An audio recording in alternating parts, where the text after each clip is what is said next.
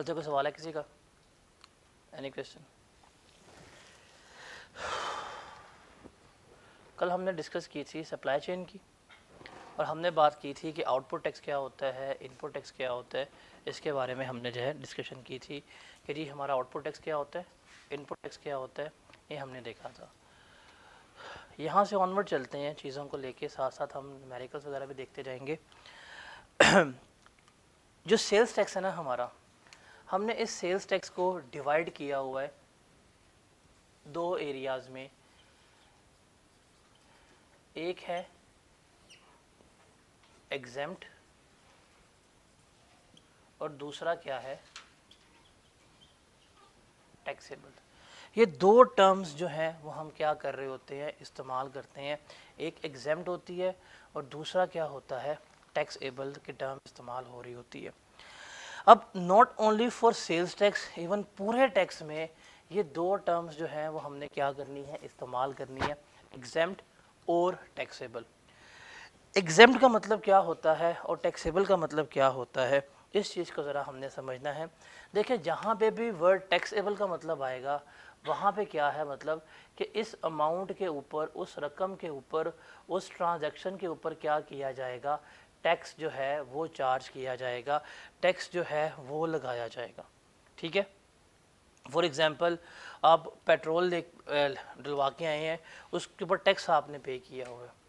आपने अगर कल कोई बिस्किट वगैरह खाए हैं उसके ऊपर टैक्स पे किया होगा, बिजली का बिल है उसके ऊपर टैक्स पे किया है।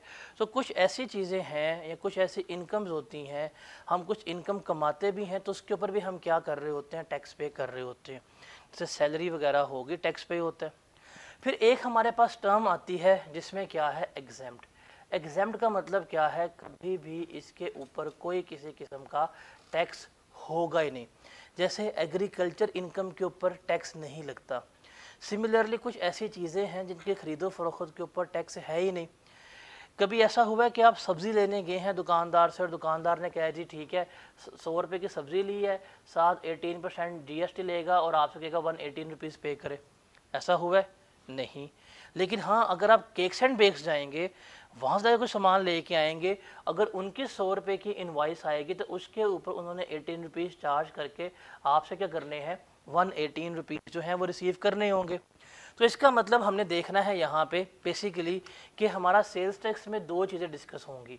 या तो चीज़ें हमारे पास क्या हैं, टैक्सेबल हैं, या हमारे पास चीज़ें क्या हैं, एग्जेम्प्ट हैं। ये हमने इनको यहाँ पर लेके चलना है। अब टैक्सेबल का मतलब क्या है, एग्जेम्प्ट का मतलब क्या है, इसको हम देखते हैं।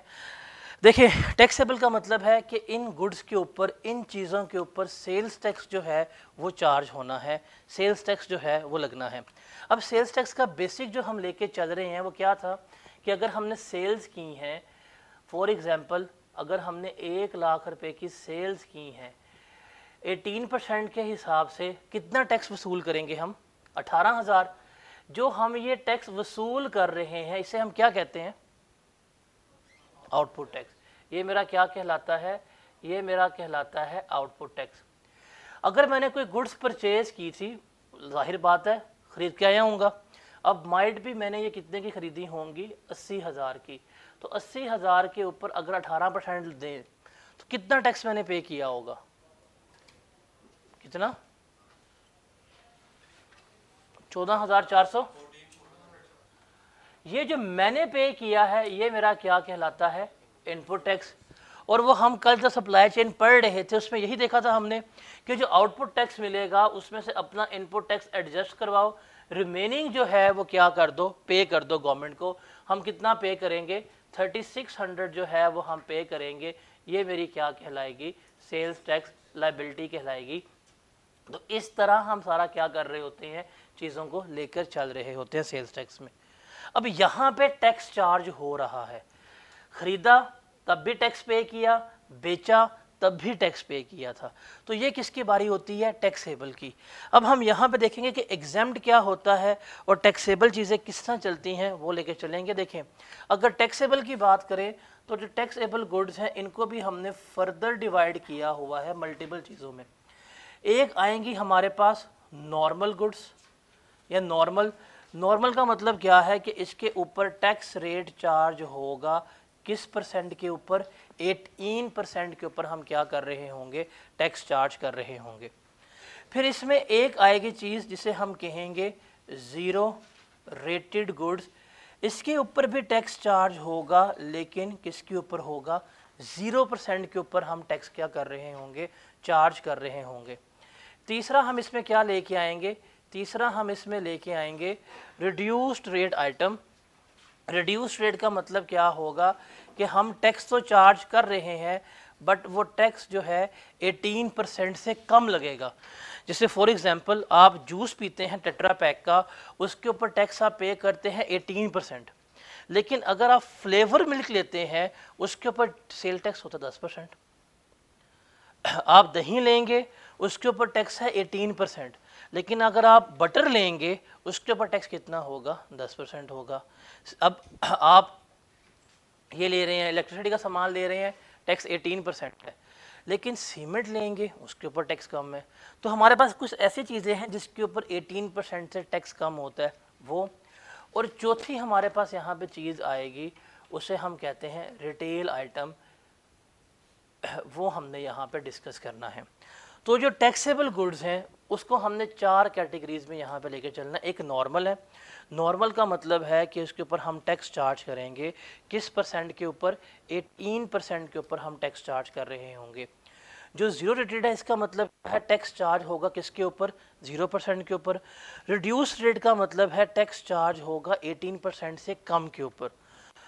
अब पेपर में हमारे सिलेबस में हमने किन किन चीज़ों को डिस्कस करना है जो हमारे सिलेबस का पार्ट है, एक नॉर्मल गुड्स को, ज़ीरो रेटेड को और रिटेल जो है ये हमारे सिलेबस का पार्ट है। इसे हमने क्या करना है यहाँ पर डिस्कस आउट करना है, ठीक है। तो ये टैक्सेबल की दुनिया है और यहाँ पे यह एग्जाम की दुनिया है जिसके ऊपर कोई किसी किस्म का टैक्स जो है वो चार्ज नहीं हो रहा होता। यहाँ से आगे चलते हैं और देखते हैं कि हमने टैक्स में 3 टर्म्स इस्तेमाल करनी है पूरे सेल्स टैक्स में। सेल्स टैक्स क्लेम करना, सेल्स टैक्स रिफंड लेना और सेल्स टैक्स का वेस्ट होना। इस चीज़ को ज़रा हमने क्या करना है, समझना है। ये मिटा दूँ,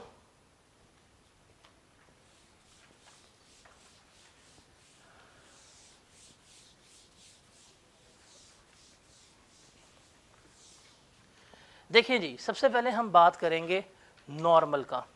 जो हमारे पास नॉर्मल गुड्स हैं उसके ऊपर हम बात करते हैं कैसे हैं और किस तरह से हम इनको लेकर चल रहे होंगे, उसको ज़रा हम यहाँ पर डिस्कस आउट करते हैं। देखिए नॉर्मल का मतलब क्या है कि हम इन चीज़ों को ख़रीद रहे हैं या हम इन चीज़ों को बेच रहे हैं, हमारा टैक्स कितना लगेगा, 18% लगेगा। क्या रेट है हमारा, 18% जो है वो रेट है। अब एग्जाम्पल नंबर 1 लेते हैं। फॉर एग्जाम्पल आपने सेल्स की हैं 5 लाख की और आपने परचेजेस की थी, मतलब सामान लेके आए थे 3 लाख का। तो ज़रा बताएं, नॉर्मल का सिनेरियो हो, 5 लाख की सेल्स की हैं, 18% के हिसाब से कितना हमने टैक्स लिया होगा, कितना, 90,000। ये 90,000 मेरा क्या कहलाएगा, आउटपुट टैक्स कहलाएगा, ऐसे ही है। अब परचेजेस मैंने की थी 3 लाख की, 3 लाख की परचेजेस की थी नॉर्मल 18% के हिसाब से, कितना टैक्स पे किया होगा बताएं ज़रा, 54,000। इसमें से हम क्या लेस करवाएंगे,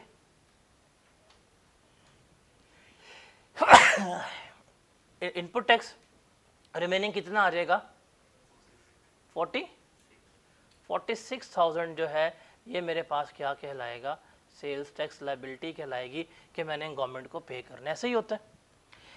एक और एग्जांपल ले लेते हैं हम यहाँ पे, 36, यार 36 से लिखा है, ये काट देना यार। चलें जी, आपने सेल्स की हैं 7 लाख की, 18% के हिसाब से कितना आपके पास टैक्स आया होगा बताएं ज़रा, 120। ये जो 1,26,000 आपने लिया है ये क्या कहलाएगा आपका, आउटपुट टैक्स। फॉर एग्जांपल हमने ये सामान लिया था 6 लाख का, कितना हमने पे किया होगा इनपुट टैक्स? 1,08,000। ये मेरा क्या कहलाएगा? आउटपुट टैक्स में से इनपुट टैक्स हम लेस करवाएंगे तो मेरी क्या आ जाएगी? सेल्स टैक्स लाइबिलिटी आ जाएगी। कितनी होगी? 18,000 जो है ये मैंने पे करना होगा। ऐसे ही है, इससे सारे एग्री करते हैं। अब यहाँ पे जो लिखा हुआ है, ये जो प्रोसेस है, ये जो अमल है, इसे हम कहते हैं सेल्स टैक्स क्लेम करना। ये जो चीज़ हमने की ना, ये वाली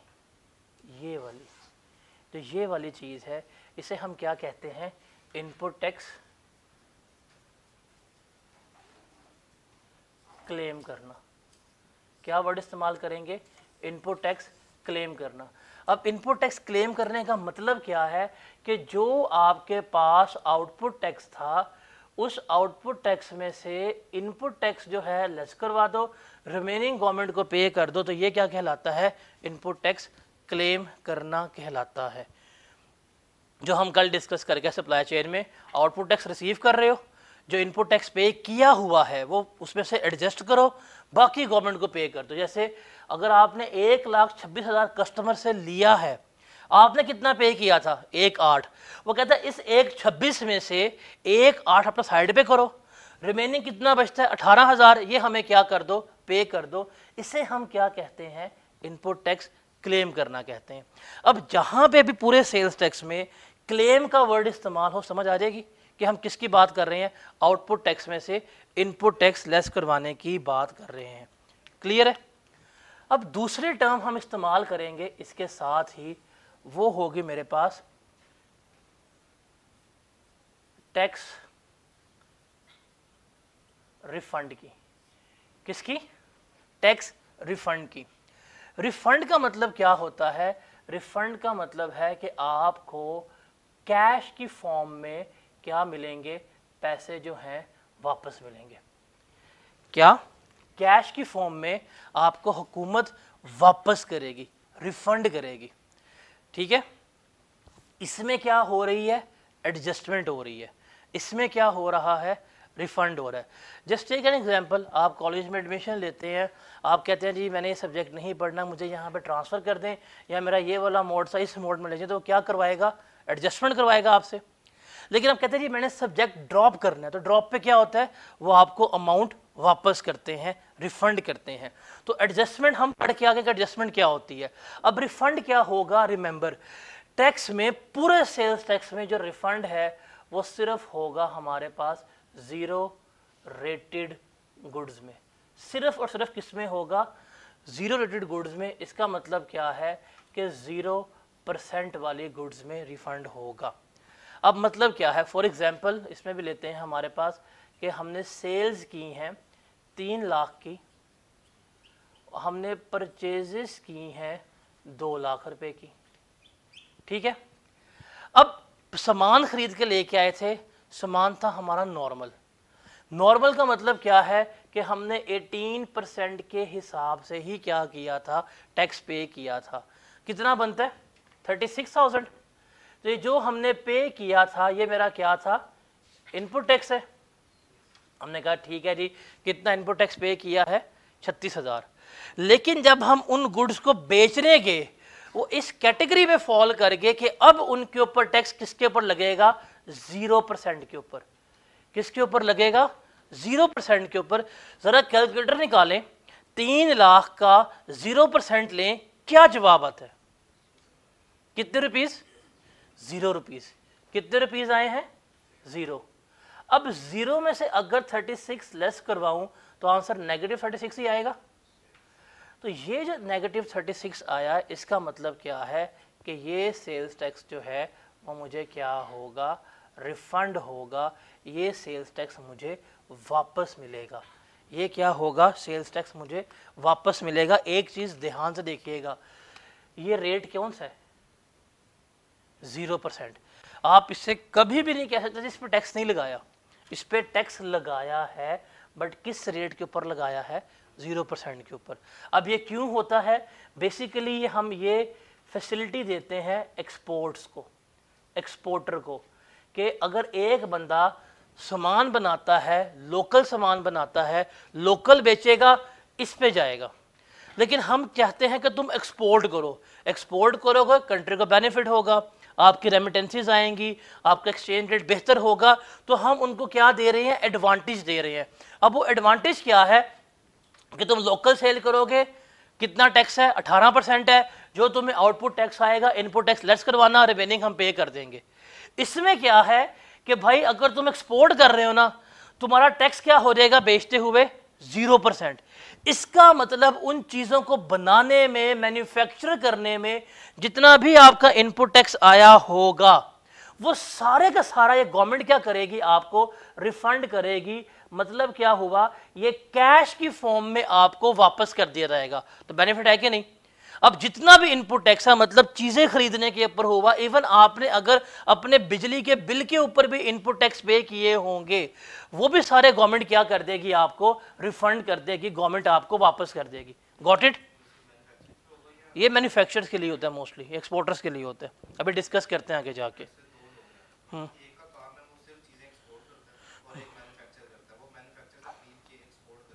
उसको भी मिलेगा। ठीक है, समझ आई इसकी। एक और एग्जांपल लेते हैं हम इसमें। आपने सेल्स की हैं 5 लाख रुपए की, और ये किस में फॉल कर गई हैं, 0 रेटिंग में। आपका टैक्स कितना आएगा, 0 रुपीज़। आपने परचेजेस की थी 2 लाख की, सॉरी 3 लाख की, 18% के हिसाब से कितना आपने पे किया होगा, 54,000। ये 54,000 क्या था आपका, इनपुट टैक्स था। अब देखें आउटपुट टैक्स कितना है आपका, 0 रुपीज़। इनपुट टैक्स जो है कितना है, 54। ये सारा क्या हो जाएगा आपको, 54 जो है वो रिफंड हो जाएगा, वापस मिल जाएगा। ठीक है। अगर हम इसको थोड़ा सा चेंज करें, अगर इसका उल्ट कर दूं मैं ज़रा, कि आपने सेल्स की थी 1 मिलियन की, और ये फॉल कर रही थी 18% के हिसाब से, कितना आया था, 1,80,000। अब माइट भी जो आप सामान बेच रहे हैं वो आपने लिया था 5 लाख का, और वो फॉल कर रहा था 0 रेटिंग में। पॉसिबल है, जैसे पेंसिल्स हो गई, बाईसाइकिल्स होगी, वो इसमें होती, चाहे वो लोकल में बिक रही हैं, वो इसमें फॉल करती हैं। अब सामान बाय किया था, क्या रेट था, 0%। सामान बेचा है, क्या रेट है, 18%। आउटपुट टैक्स कितना आया, 1,80। इनपुट टैक्स कितना होगा, 0। आउटपुट टैक्स में से इनपुट टैक्स लेस करवाना है आपने, रिमेनिंग कितना आएगा, 1,80।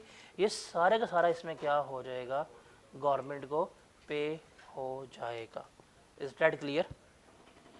अब इसको हम क्या कहते हैं, रिफंड। इसको क्या कहते हैं, रिफंड। अब पूरे टैक्स में कहीं पे भी रिफंड का अगर हम वर्ड इस्तेमाल करेंगे तो आपको समझ आ जाएगी क्या होता है क्या नहीं होता। यार ये ना डिस्ट्रीब्यूट करने के पास नहीं है, दोनों चैप्टर्स देने हैं। किस किस के पास नहीं है हैंडआउट्स, इनको दे दीजिएगा ज़रा।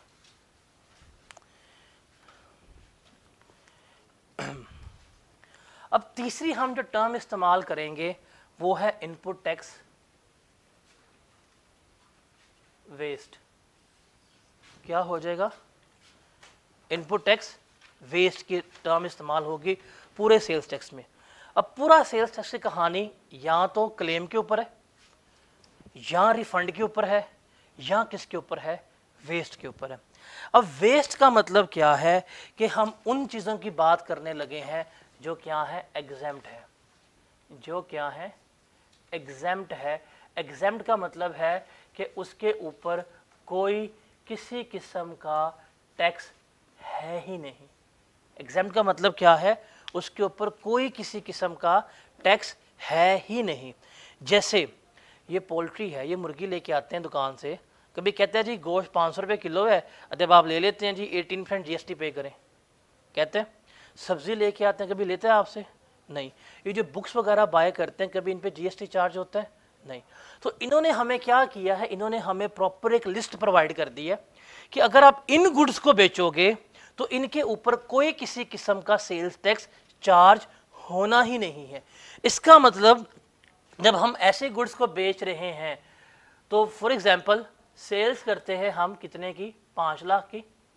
अब 5 लाख की हमने सेल्स की, जब हमने 5 लाख की सेल्स की तो वो इसमें फॉल कर गई। जब इसमें फॉल कर गई तो इसके ऊपर कोई किसी किस्म का आउटपुट टैक्स नहीं आएगा।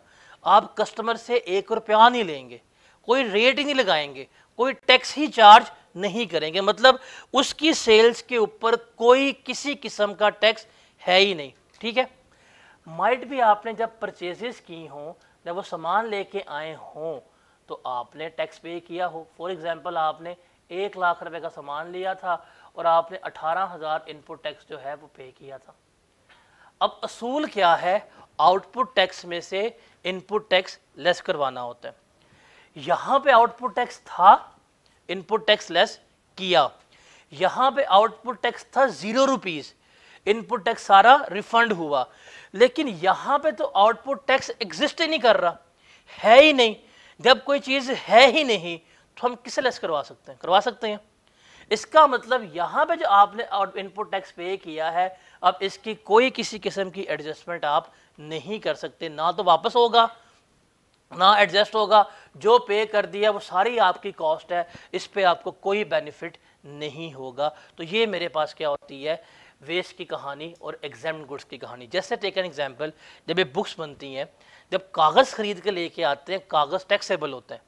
जब कागज़ वो खरीदेगा तो कागज़ के ऊपर 18% के हिसाब से टैक्स पे किया जाएगा, GST। लेकिन जब वो किताब बन के बिकेगी तो किताब के ऊपर टैक्स है ही नहीं। अब किताब जितने मर्जी की बिके, किताब के ऊपर आप कस्टमर से कोई किसी किस्म का टैक्स रिसीव नहीं कर सकते। लेकिन जब आप किताब बना रहे थे, किताब के ऊपर तो आपने टैक्स पे किया था। अब वो जो टैक्स आपने पे किया था उसका कोई आपको बेनिफिट नहीं मिलेगा, वो सारे का सारा क्या हो जाएगा, ज़ाया हो जाएगा। ना तो आप एडजस्टमेंट करवा पाएंगे, ना ही आपका कोई किसी किस्म का रिफंड होगा। तो ये हमारे पास क्या होता है, वेस्ट कहला रहा होता है। तो सेल्स टैक्स की कहानी जो है वो इन 3 टर्म्स के ऊपर चलेगी। या तो सेल्स टैक्स क्लेम होगा, क्लेम का मतलब क्या है, आउटपुट टैक्स में से इनपुट टैक्स जो है वो हमने लेस करवाना है। या तो सेल्स टैक्स रिफंड होगा, रिफंड का मतलब क्या है कि जितना भी हमने टैक्स पे किया है वो सारे का सारा हमें क्या मिल जाएगा वापस, और वापस किसकी फॉर्म में मिलेगा, कैश की फॉर्म में। और वेस्ट का मतलब क्या है कि भाई जो पे किया था ज़ाया हो गया, अब हमें कोई रकम, कोई अमाउंट, कोई चीज़ वापस नहीं मिलने वाली। तो पूरे सेल्स टैक्स की कहानी यही है। सेल्स टैक्स के न्यूमेरिकल्स में यही चीज़ हमने फाइंड आउट करनी है कि कितना क्लेम कर पाएंगे, कितना हमारा रिफंड होगा, कितना हमारा वेस्ट होगा। ये सारा कुछ जो है वो हमने क्या करना है, यहाँ पर डिस्कस आउट करना होता है। Is that clear? यहाँ तक कोई किसी का सवाल है तो बताएं, बस हम आगे चलते हैं।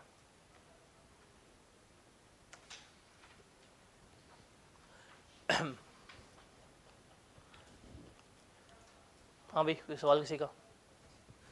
अच्छा, कल जब हम बात कर रहे थे थोड़ी बहुत, तो सेल्स टैक्स क्या होता है, मैंने कहा था डेफिनेशंस जो हैं हमने साथ साथ करनी है। अब कुछ डेफिनेशंस ऐसी हैं जो रीड ओनली हैं, कुछ डेफिनेशंस ऐसी हैं जो आपने क्रैम करनी होंगी, और कुछ डेफिनेशन ऐसी हैं जो सिर्फ़ और सिर्फ आपने कंसेप्चुअली लेके चलनी है। अब जो यहाँ पे चैप्टर नंबर 21 है, 21 में आप साथ खोल लीजिएगा ताकि मैं आपको बताता जाऊँ कहाँ से हम कौन सी चीज़ जो है वो लेके चल रहे हैं। इसमें डेफिनेशंस हैं। अब पहली डेफिनेशन हमें जो मिलेगी वो होगी सेल्स टैक्स की। देखिए, इसके आगे लिख लें कि सेल्स टैक्स जो है ये रीड ओनली है, इसको आपको याद करने की ज़रूरत नहीं है।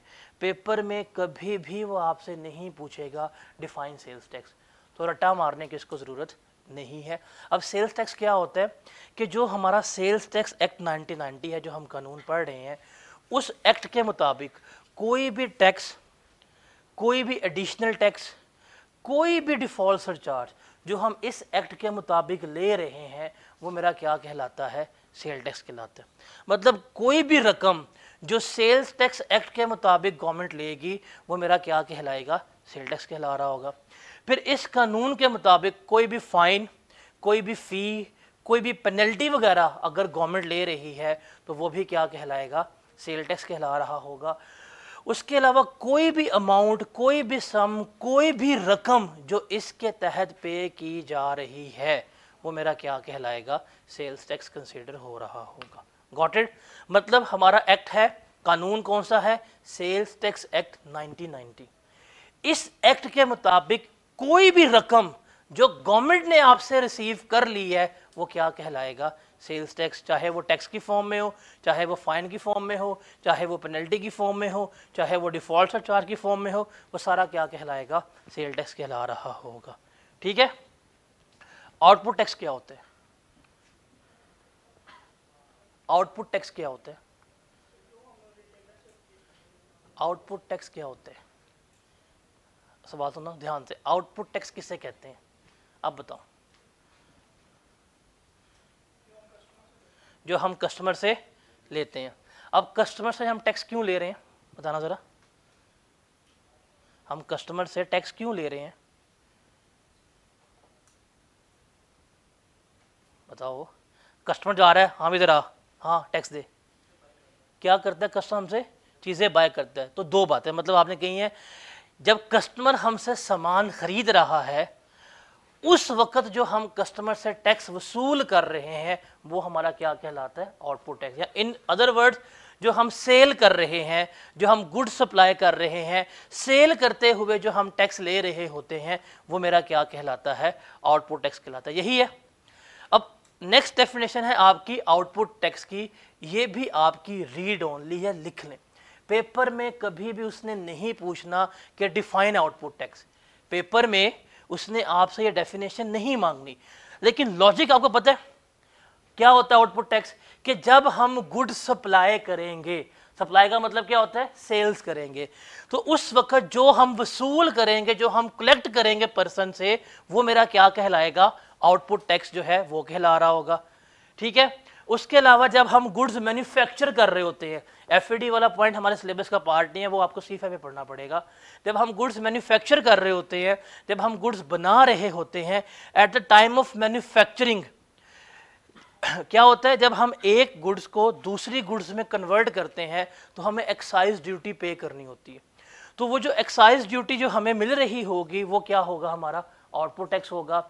या जब हम सर्विसेज वगैरह ले रहे होते हैं तो सर्विसेज के वक्त जो हम टैक्स ले रहे हैं वो भी क्या होगा, आउटपुट टैक्स कहलाएगा। जैसे आप जाते हैं किसी रेस्टोरेंट के ऊपर, खाना खाया, बिल आया, वो टैक्स ले रहे हैं ना आपसे सर्विसेज का, तो वो उनमें क्या है, उनके लिए आउटपुट टैक्स जो है कंसीडर हो रहा है। तो ये डेफिनेशन कल डिस्कस की थी, लॉजिक समझ आ गई हुई है। पेपर में वो कभी भी आपसे नहीं पूछेगा कि डिफाइन आउटपुट टैक्स, पेपर में उसने आपसे ये नहीं पूछना। तो ये क्या है, आपकी रीड ओनली है। डन। अब इसके साथ हमने नेक्स्ट डेफिनेशन पढ़ी थी, वो थी इनपुट टैक्स के बारे में। इनपुट टैक्स क्या होता है, जो पे करते हैं। ओके, इनपुट टैक्स क्यों पे करते हैं, जब हम गुड्स परचेज करते हैं, जब हम गुड्स खरीद के लेके आते हैं तो वो क्या होता है, हमारा इनपुट टैक्स। या इन अदर वर्ड्स ये भी कहा जाता है कि जो गुड्स मैं आज बेच रहा हूं, जब वो मैं खरीद के लेके आया था उस वक्त जो मैंने टैक्स पे किया था वो मेरा इनपुट टैक्स होगा। फॉर एग्जांपल मैं आज ये मार्कर बेच रहा हूँ, जब ये मार्कर मैं खरीद के लाया था बेचने के लिए, उस वक्त जो मैंने टैक्स पे किया था वो मेरा क्या था, इनपुट टैक्स था। अब इसके नेक्स्ट लिखे डेफिनेशन इनपुट टैक्स की, ये भी आपकी रीड ओनली है, ये भी आपको याद करने की ज़रूरत नहीं है। हाँ, इसके ऊपर एक टर्म लिखी हुई है रजिस्टर्ड पर्सन, इस रजिस्टर्ड पर्सन को ज़रा हाईलाइट कर लीजिएगा। अभी हम इसके ऊपर डिस्कस करते हैं कि रजिस्टर्ड पर्सन का मतलब क्या होता है। Got it.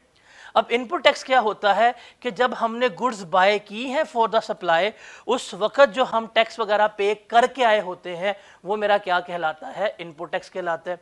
जब मैं गुड्स इंपोर्ट करता हूं, पाकिस्तान में मंगवाता हूं, at the time of import जो मैंने टैक्स पे किया होता है वो मेरा क्या कहलाता है, इनपुट टैक्स कहलाता है।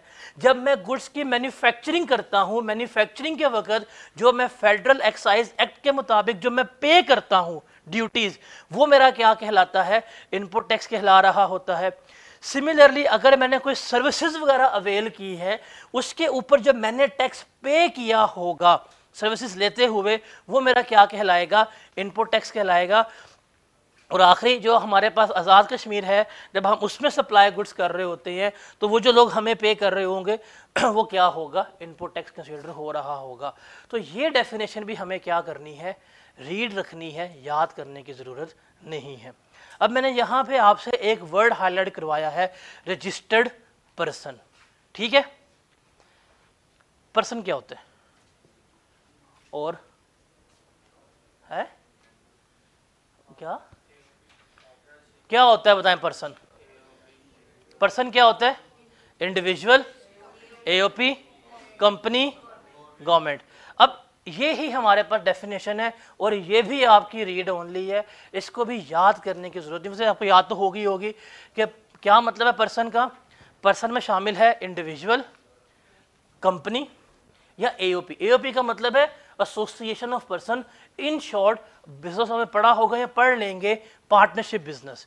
उसके बाद क्या आती है इसमें, फेडरल गवर्नमेंट आती है, मतलब वफाकी हुकूमत शहबाज शरीफ वाली, प्रोविंशियल गवर्नमेंट मरियम वाली, लोकल अथॉरिटी इन पाकिस्तान, मतलब जो ये लोकल गवर्नमेंट्स होती हैं शहरों की, देहातों वगैरह की, बल्दियाती, वो।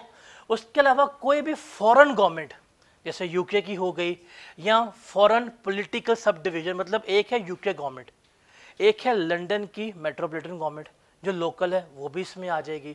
इसके अलावा जो पब्लिक ऑर्गेनाइजेशंस होती हैं जैसे आईएमएफ हो गया, डब्ल्यूएचओ हो गया, यूएन वगैरह हो गया, वर्ल्ड बैंक वगैरह हो गया, इस तरह के इदारे जो हैं वो भी हम क्या कहते हैं, इन्हें पर्सन ही कंसीडर कर रहे होते हैं। ठीक है, अब ये पर्सन की हमने बात की है, ये पर्सन दो तरह के होते हैं, एक है रजिस्टर्ड पर्सन और दूसरा है अनरजिस्टर्ड पर्सन। देखिए ये सारे जो हम सेल टैक्स की बात कर रहे हैं ना, ये वाली जो पूरा हम सेल्स टैक्स कैलकुलेट करना सीख रहे हैं, ये किसके लिए है, सिर्फ और सिर्फ ये रजिस्टर्ड पर्सन के लिए। किसके लिए है, रजिस्टर्ड पर्सन के लिए। मतलब रजिस्टर्ड पर्सन ही है वो क्या कर सकता है, आउटपुट टैक्स ले सकता है और इनपुट टैक्स जो पे किया हो एडजस्ट करवा सकता है। रजिस्टर्ड पर्सन ही है जो क्या कर सकता है, रिफंड ले सकता है। क्या आप लोग रजिस्टर्ड हो? क्या कभी जाके आपने एफबीआर में सर्टिफिकेट लिया कि जी हम सेल्स टैक्स में रजिस्टर्ड हैं? The answer is no. So registered person का मतलब क्या है, ये वो पर्सन है who is registered under sales tax. क्या, जो हमारे पास सेल्स टैक्स एक्ट है, जो इस एक्ट के मुताबिक रजिस्टर्ड हुआ है, उसे हम क्या कहते हैं, रजिस्टर्ड पर्सन कहते हैं। अब वो रजिस्टर्ड बंदा कैसे होता है, वो अप्लाई करेगा रजिस्ट्रेशन के लिए, डॉक्यूमेंट सबमिट करवाएगा, आईडी कार्ड, बिजनेस की डिटेल्स। ये सिर्फ कौन होते हैं, रजिस्टर्ड बिजनेसेस ही रजिस्टर्ड होते हैं। हम एंड कंज्यूमर्स कभी भी इसमें रजिस्टर्ड नहीं हो सकते। जब एक बंदा अप्लाई करेगा रजिस्ट्रेशन के लिए तो क्या होगा, आईडी कार्ड की डिटेल्स देगा, एड्रेस देगा, बैंक डॉक्यूमेंट्स देगा, बिजनेस बताएगा, सारा कुछ बताएगा, तो उसे क्या कर देगा, डिपार्टमेंट रजिस्टर्ड कर देगा। जब वो रजिस्टर्ड करेगा तो वो उसको एक रजिस्ट्रेशन सर्टिफिकेट दे देगा कि ये आपका सर्टिफिकेट है, आप क्या हो गए हैं, सेल्स टैक्स एक्ट में रजिस्टर्ड हो गए हैं। और साथ आपको एक नंबर भी अलॉट हो जाएगा जिसे हम कह रहे होंगे सेल्स टैक्स रजिस्ट्रेशन नंबर। अगर आपके पास, किसी के पास कोई रसीद या इनवाइस है तो आप अब निकाले ज़रा, किसी के पास कोई इनवाइस वगैरह है, गोल्डी फली निकाल लो तारीख के बाद वाली, कोई नहीं है इनवाइस। अब आप कोई इनवाइस देखेंगे ना तो वहाँ पे फॉर एग्जांपल बेकरी की होगी तो वहाँ पे STRN नंबर लिखा होगा। ठीक है, इसका मतलब क्या है कि वो बंदा सेल्स टैक्स में रजिस्टर्ड है, वो रजिस्टर्ड है, इसीलिए वो क्या कर रहा है, इनवॉइस के ऊपर आपसे टैक्स ले रहा है। अगर कोई बंदा रजिस्टर्ड नहीं है और वो आपसे टैक्स ले रहा है तो वो इलीगल है, कंप्लेन कर सकते हैं। ठीक है, तो ये सारा काम कौन करता है, रजिस्टर्ड पर्सन। और अगर आप किसी भी जाते हैं इदारे के पास, या किसी रेस्टोरेंट पे गए हैं या किसी भी आप दुकान पे गए हैं और उसने आपसे सेल टैक्स चार्ज कर दी है, इनवॉइस पकड़े, सबसे पहले देखें क्या इसका NTN और STRN मेंशन है कि नहीं। अगर इनवॉइस के ऊपर उसका STRN मेंशन नहीं है, आप उसे कि मैं आपको सेल टैक्स पे नहीं करूँगा, ठीक है ना, दे आप एक कॉल कर दे, वो खुद माफिया मांगेगा, सर रहने दें, अंडर टेबल सेटलमेंट कर लेते हैं। बिकॉज सारी ये किसकी एडजस्टमेंट्स हैं, रजिस्टर्ड पर्सन की। अनरजिस्टर्ड पर्सन कोई किसी किस्म की एडजस्टमेंट ये नहीं कर सकता। तो रजिस्टर्ड पर्सन क्या होता है, who is registered under sales tax. जो सेल्स टैक्स एक्ट के मुताबिक रजिस्टर्ड है उसे हम क्या कह रहे होते हैं, रजिस्टर्ड पर्सन कह रहे होते हैं। ओके, और दूसरे जो लाइबल टू भी रजिस्टर्ड होते हैं। अब लाइबल टू बी रजिस्टर्ड का मतलब क्या है कि हमने इन्हें कह दिया था कि आपने रजिस्टर्ड होना है, लेकिन अगर ये रजिस्टर्ड नहीं हुए तो हम उन्हें क्या मानेंगे, रजिस्टर्ड ही मानेंगे, फिर हम उनके ऊपर पेनल्टी वगैरह लगा रहे होते हैं। जैसे एक बड़ा दुकानदार है, जैसे फॉर एग्जांपल यूरो स्टोर है, बड़े वॉल्यूम पे हैं, इन्हें कहते हैं कि भाई रजिस्टर्ड हो जाओ, ये अगर नहीं हो रहे ये है लाइबल टू बी रजिस्टर्ड, इनका फरीज़ा है, हम इन्हें क्या मानेंगे, रजिस्टर्ड पर्सन मानेंगे, और हम फिर इन्हें फ़ाइन वगैरह भी करेंगे अगर ये रजिस्टर्ड नहीं होते। वो जिसने पॉइंट ऑफ सेल मशीन लगानी है उसके लिए क्या लाजमी है, रजिस्टर्ड होना, तो उसे हम क्या मानते हैं, रजिस्टर्ड पर्सन जो है वो कंसिडर कर रहे होते हैं। Got it. तो सारी हम कहानी किसके बारे में पढ़ रहे हैं, ये रजिस्टर्ड पर्सन के बारे में पढ़ रहे हैं। Is that clear? ठीक है। अब हमने यहाँ पे देखा था कि जब हम सारी डिस्कशन वगैरह कर रहे थे, हमारे पास तीन चीज़ें हैं, या तो हमारे पास टैक्सेबल है, या तो हमारे पास है जीरो रेटेड, या है हमारे पास एग्जेम्प्ट। अब एग्जेम्प्ट की दुनिया ना बड़ी आसान है, इसमें ना उसने हमें चंद एक आइटम्स बता दी हैं जिनके ऊपर कोई किसी किस्म का टैक्स चार्ज होगा ही नहीं। पहले हम डिस्कस करते हैं कि एग्जेम्प्ट गुड्स हैं क्या। अब देखिए एग्जेम्प्ट का मतलब क्या है कि जब आपने उनको सेल की है, सेल्स के ऊपर कोई किसी किस्म का टैक्स नहीं था। इवन अगर आपने वो गुड्स परचेज भी की हों तो आपने कोई किसी किस्म का टैक्स पे नहीं किया होगा। अगर कभी आपका हुआ ना जाना मेट्रो में, जो मेट्रो स्टोर है, कभी आपको टाइम मिला मेट्रो की इनवॉइस देखिएगा, जो मेट्रो के इनवॉइस वो देखिएगा, जब वो टोटल बिल करते हैं ना तो उसमें लिखा होता है कि जी कितनी गुड्स थी आपकी नॉर्मल थी 18% वाली, कितनी गुड्स थी आपकी थी एग्जेम्प्ट वाली, कितनी गुड्स थी रिटेल वाली, वो सारा ब्रेकअप गिवन करता है। अगर आपने शॉपिंग की हो वहाँ से हर चीज़ पता है कि भाई ये इतने वाली थी, ये इतने वाली ली है, ये इतने वाली ली है, तो टोटल आपका सेल्स टैक्स मैंने इस तरह से कैलकुलेट किया। अब देखिए एग्जेम्प्ट गुड्स जो है इनके ऊपर क्या है, कोई किसी किस्म का टैक्स नहीं होता। अब टैक्स ना होने का मतलब समझ आ गई आपको कि बेचेंगे कोई टैक्स नहीं है, खरीदेंगे तब भी इनके ऊपर हमने कोई टैक्स पे नहीं किया होगा। एक कॉमन मिस्टेक है कि अक्सर बच्चे जल्दी में कर देते हैं कि जब एग्जेम्प्ट भी लिख रहे होते हैं तो यहाँ पे लिखते हैं ज़ीरो, ज़ीरो नहीं लिखना आपने। ज़ीरो कहाँ पे आएगा, हमेशा ज़ीरो रेटेड गुड्स में। जहाँ पे भी एग्जेम्प्ट आएगा वहाँ पे खाली डैश लगा दे या नॉट एप्लीकेबल, ये टर्म लिखनी है आपने, ज़ीरो नहीं लिखना। ज़ीरो लिखा इसका मतलब क्या है, वो ज़ीरो रेटेड गुड्स हैं। हमने यहाँ पे क्या करना है, या खाली डैश लगा दें या नॉट एप्लीकेबल लिख दें। तो सेल टैक्स को हमने डिवाइड किया हुआ है टैक्सेबल में और एग्जेम्प्ट में। सबसे पहले हम डिस्कस करते हैं एग्जेम्प्ट गुड्स के जिनके ऊपर टैक्स नहीं है, उसको डिस्कस करते हैं। ये बताएं जी कौन सी गुड्स हैं जिसके ऊपर हम कोई किसी किस्म का टैक्स जो है वो चार्ज नहीं कर रहे होते। चैप्टर नंबर 22 पे ओपन कीजिएगा, सेकंड वाले हैंड आउट्स के ऊपर, और सेकंड हैंड आउट्स में आपने जाना है पेज नंबर 468 है, एग्जेम्प्ट सप्लाईज, मतलब 1 2 3 4 5वां पेज है, ठीक है। 468 नीचे लिखा हुआ है 6th स्केड्यूल एग्जेम्प्ट सप्लाईज। अब टैक्स में उसने हमें क्या किए होते हैं, टैक्स में उसने हमें ना स्केड्यूल्स दिए होते हैं, शेड्यूल्स दिए होते हैं, उसमें उसने हमें लिस्ट बताई होती है कि ये वाली गुड्स हैं इस पर इतना टैक्स लगना है, ये वाली करोगे खरीदो फरोख्त इस पर इतना टैक्स लगना है। तो ये कौन सी गुड्स हैं जो 6th स्केड्यूल में पा रही हैं, किस में आ रही हैं, 6th स्केड्यूल में आ रही हैं। अब एग्जेम्प्ट सप्लाईज क्या होती हैं, रिमेंबर ये वो सप्लाईज हैं जिसको FBR, हमारा इदारा कौन सा है टैक्स का, FBR, जो बाय नोटिफिकेशन कह दे कि यार इन गुड्स के ऊपर टैक्स नहीं लगेगा, वो हमारी क्या होंगी, एग्जेम्प्ट गुड्स होंगी। या FBR कह दे कि ये 6 स्केड्यूल है जो आपके सामने लिस्ट है, इनमें अगर कोई गुड्स आ रही हैं इनके ऊपर कोई किसी किस्म का टैक्स चार्ज नहीं होगा। अब इसमें कौन कौन सी गुड्स आती हैं, कुछ सर्टन इंपोर्ट्स हैं, कुछ सर्टन लोकल गुड्स हैं जिसके ऊपर हम कोई किसी किस्म का टैक्स चार्ज नहीं करते। वो क्या होती हैं, वो हमारे टैक्स के स्कोप से ही बाहर होती हैं। जिससे इसकी बेस्ट एग्जांपल है न्यूज़पेपर, अखबार के ऊपर सेल टैक्स नहीं है, बुक्स के ऊपर सेल्स टैक्स नहीं है, कुरान पाक के ऊपर सेल्स टैक्स नहीं है। अब माइट भी आप कुरान पाक पब्लिश कर रहे हैं, पब्लिशिंग कंपनी है, वो उसके लिए पेपर लेके आती हैं, पेपर इंपोर्ट करती हैं, टैक्स पे किया होगा। लेकिन जब वो कुरान पाक बना के बेच रही हैं उसके ऊपर कोई किसी किस्म का टैक्स चार्ज नहीं होगा। तो ये किसकी एग्जांपल है? एग्जाम्ड गुड्स की। तो ये एफबीआर बताता है, नोटिफिकेशन देता है कि यार ये गुड्स जो हैं वो एग्जाम्ड है, इनके ऊपर टैक्स चार्ज नहीं होगा। फर्दर उसने एक प्रॉपर शेड्यूल दिया हुआ है, उसके अंदर उसने आइटम्स बता दिए कि अगर इन्हें खरीदोगे या इन्हें बेचोगे इनके ऊपर कोई किसी किस्म का टैक्स जो है वो चार्ज नहीं होगा। अब ज़रा आइटम्स पे आ जाए, इसमें कुछ होंगी इंपॉर्टेंट, मैं हाईलाइट करवा दूंगा, बाकी ये लिस्ट आपको याद करने की ज़रूरत नहीं है बिकॉज पेपर में वो बता देता है कि जी ये एग्जाम्ड गुड है, तो ये लिस्ट याद करने की ज़रूरत नहीं है, बट आपको नो हाउ हो जाएगी कि कौन कौन चीज़ें जो हैं वो हमारी एग्जाम्ड होती हैं। जैसे फॉर एग्जाम्पल लाइव एनिमल्स। कौन से? Live animals. देखिए अगर आप लाइव एनिमल्स में ट्रेड कर रहे हैं इसके ऊपर कोई किसी किस्म का टैक्स नहीं है। कभी ऐसा हुआ है कि अभी आने वाली है बड़ी 2-3 माह के बाद आप जान लेने के लिए बकरारी कितने का बकरा 2 लाख रुपए का साथ जीएसटी, कभी उसने लिया है?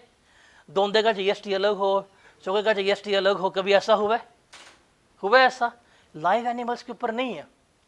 आप कुत्ते बेच रहे हैं कोई टैक्स नहीं है, जीएसटी वाकई नहीं है। परिंदे बेच रहे हैं कोई जीएसटी नहीं है। आप ये जो पोल्ट्री वगैरह होते हैं कहाँ पे लेते हैं। अब कभी आपने गौर किया कि आप जाते हैं दुकान के ऊपर और यहाँ से जाकर चिकन वगैरह बाय करते हैं, कोई किसी किस्म का जीएसटी चार्ज नहीं होता। लेकिन अगर आप चले जाएं किसी फ्रोजन की तरफ जो है फॉर एग्जांपल केएनएस हो गया या सेब्रोसो वगैरह हो गया, ब्लू बर्ड वगैरह हो गया, जो इनका फ्रोजन मीट है उसके ऊपर जीएसटी चार्ज है। वही चिकन वही लेग पीस आप जाके बाजार से लेंगे उसके ऊपर कोई जीएसटी नहीं है।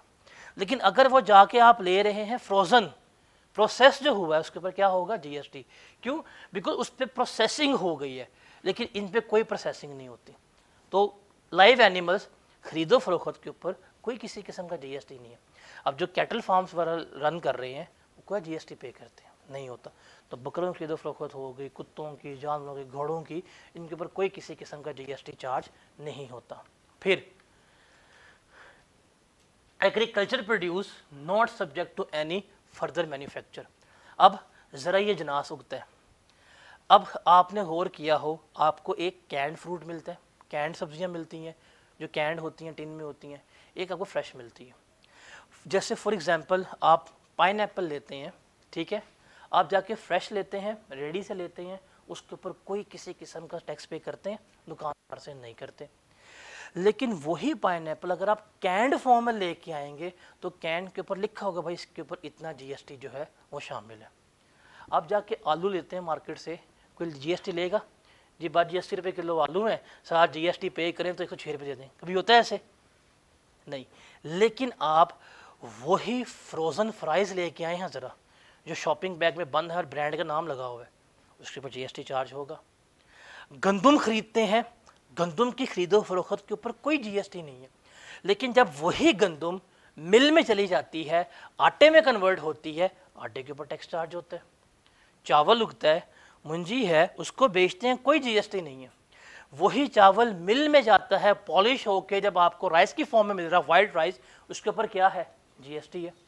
गन्ना उगाते हैं, गन्ना बेच रहे हैं, गन्ने के ऊपर कोई जीएसटी नहीं है। लेकिन जब वही गन्ना जाता है और उससे चीनी बन जाती है, उसके ऊपर क्या है? जीएसटी है। ये जो पालक वगैरह आप खरीदते हैं, कभी जीएसटी पे की है? कभी टैक्स दिया पालक खरीदते हुए? लेकिन आप जाएं मार्केट में, मिचल्स की पालक लें जो कैंड में है, उसके ऊपर 18% जीएसटी शामिल है। इसका मतलब वो तमाम एग्रीकल्चर प्रोड्यूस जो हमने उगाया है, जिसके ऊपर अभी कोई किसी किस्म का प्रोसेस नहीं हुआ, मतलब रॉ फॉर्म में है, रॉ फॉर्म में सब्जियां हैं, रॉ फॉर्म में फ्रूट है, अगर हम उन्हें बेच रहे हैं उसके ऊपर कोई किसी किस्म का जीएसटी जो है वो चार्ज नहीं होता। समझ लगी इस चीज़ की? उसके बाद है कुरान पाक हो गया, या दूसरी जो होली बुक्स होती हैं जो ऑडियो फॉर्म में भी हो सकती हैं, वीडियो फॉर्म में भी हो सकती हैं, प्रिंटेड फॉर्म में भी हो सकती हैं, इनके ऊपर कोई किसी किस्म का जीएसटी चार्ज नहीं होता।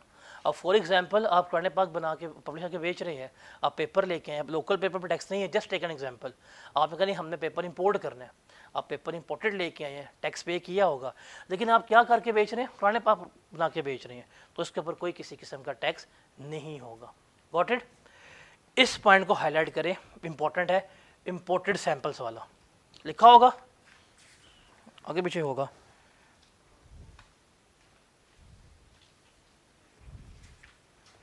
ये आपको मिलेगा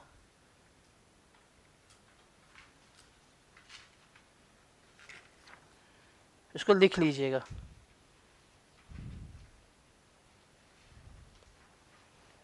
ये नंबर 4 में ना कटा हुआ, इसको लिख लीजिएगा, ठीक है।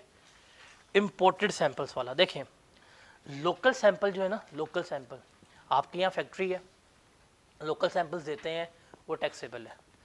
लेकिन अगर आपने इम्पोर्टेड सैंपल्स मंगवाए हैं उसके ऊपर टैक्स नहीं होता, सैंपल एक यूनिट होता है। अगर आपने फॉर एग्जांपल मार्कर्स बेचने हैं इम्पोर्टेड, क्या करेंगे, 3-4 मंगवाएंगे सैंपल्स की फॉर्म में, इसके ऊपर कोई किसी किस्म का टैक्स चार्ज नहीं होता। इसको हाईलाइट करें और आगे लिखें सुपर इम्पोर्टेंट। आई गेस ये है पॉइंट नंबर आपका 4, ये पॉइंट नंबर 4 है आपका, ठीक है। कहता है जी goods imported by diplomats, diplomatic mission और प्रिविलेज पर्सन। इसमें जो वर्ड आपने हाईलाइट करना है वो है इम्पोर्टेड, मतलब जो डिप्लोमेट्स हैं, सफारतकार हैं, जो दूसरे ममालिक के सफ़ीर जो हैं, जो हमारे मुल्क में आके बैठे हुए हैं, या डिप्लोमेटिक मिशंस मतलब जो उनका अमला है सफारतकार का, या प्रिविलेज पर्सन जिनके हम नाम नहीं ले सकते, अगर वो कोई चीज़ इंपोर्ट करते हैं उसके ऊपर कोई टैक्स पे नहीं होता, वो क्या है, एग्जेम्प्ट है। यहाँ पे इस चीज़ को हाईलाइट रखना है, किसकी बात है, इंपोर्ट की। हम जाके एक और स्केड्यूल पढ़ेंगे, वहाँ पे हम यही वर्ड पढ़ रहे होंगे, बट यहाँ पे इंपोर्ट की मतलब काट देंगे और इस्तेमाल करेंगे वर्ड लोकल का, तो वो अलग हो जाएगा। अगर ये लोग डिप्लोमेट्स हो गए, सफ़ीर हो गए, इनका अमला वगैरह हो गया, अगर कोई चीज़ इंपोर्ट करते हैं तो इसके ऊपर कोई किसी किस्म का टैक्स जो है वो पे नहीं करेंगे, एग्जेम्प्ट करेंगे।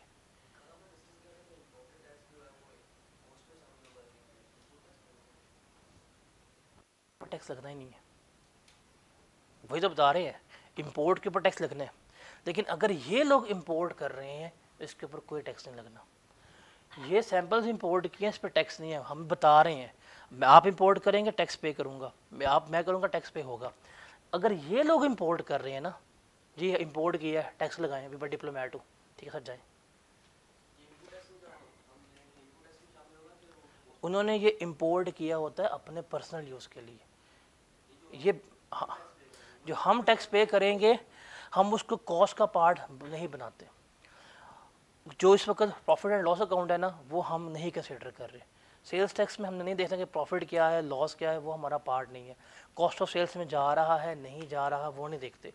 उसके लिए जाते हैं हम इनकम फ्रॉम बिजनेस में, जाके बिजनेस में पढ़ेंगे कि जो टैक्स पे किया है ये कॉस्ट में ऐड होना चाहिए नहीं। सेल्स टैक्स में revenue, sales, cost of sales ये हमारा है ही नहीं।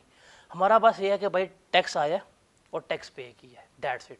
अब वो कॉस्ट का पार्ट बनना है या नहीं बनना, वो हमने कहाँ डिस्कस करना है, इनकम टैक्स में।